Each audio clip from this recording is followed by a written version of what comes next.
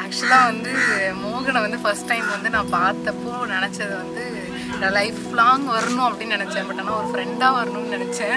Life பார்ட்னராக வரணும்னு நான் நினச்சதே கிடையாது. பட் பை காட் கிரேஸ் அது வந்து ஒரு லைஃப் பார்ட்னராக கண்டினியூ பண்ணுற அளவுக்கு எனக்கு வந்து கிடைச்சதுக்கு காடுக்கு தான் தேங்க்ஸ் சொல்லணும்.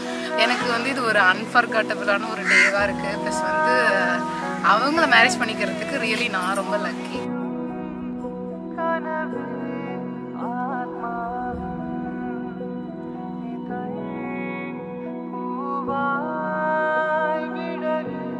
மோகனை பற்றி சொல்கிறாங்க, என்ன சொல்லலாம்? அவரை பற்றி சொல்கிறதுக்கு ஒன்றும் கிடையாது, இருந்தாலும் சொல்லி ஆகணுமேன்றதுனால. இல்லை, அவரை பற்றி சொன்னால் என்னன்னா, அவர் மிகப்பெரிய யூடியூபர். ஸோ அவரும் நானும் பண்ணாத வேலையே இல்லை. எக்ஸாம்பிளுக்கு அன்றைக்கி தூத்துக்குடி அது நான் என் வாயெல்லாம் சொல்ல மாட்டேன், அதெல்லாம் ராணுவ ரகசியம், அது வெளியே வரக்கூடாது. நம்ம ஒன்றும் கொஞ்ச நாள் அந்த அக்காவே தெரிஞ்சுப்பாங்க அவரை பற்றி. And happy marriage life to all.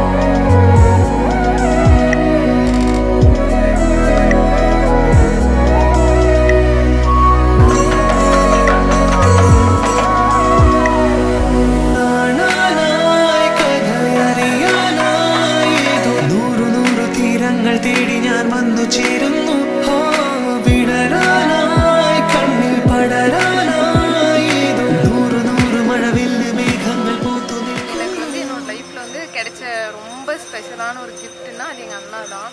So இன்னமும் அப்படி தான், இனிமேவும் அப்படி தான். இப்போ பார்த்தீங்கன்னா அவருக்கு மேரேஜ் ஆயிடுச்சு. ஸோ அந்த மேரேஜ் ஆனதுக்கப்புறம் அவர் இன்னும் கொஞ்சம் நல்லா பொறுப்பான பையனா, நல்லா அடக்கமாக அமைதியாக, இதுமாரி அடிக்கடி கோவப்படாமல் இதெல்லாம் மாற்றிக்கிட்டு அன்னைக்கு கூட ஜாலியாக லைஃப் என்ஜாய் பண்ணால் அது கொஞ்சம் ஹாப்பியாக இருக்கும்.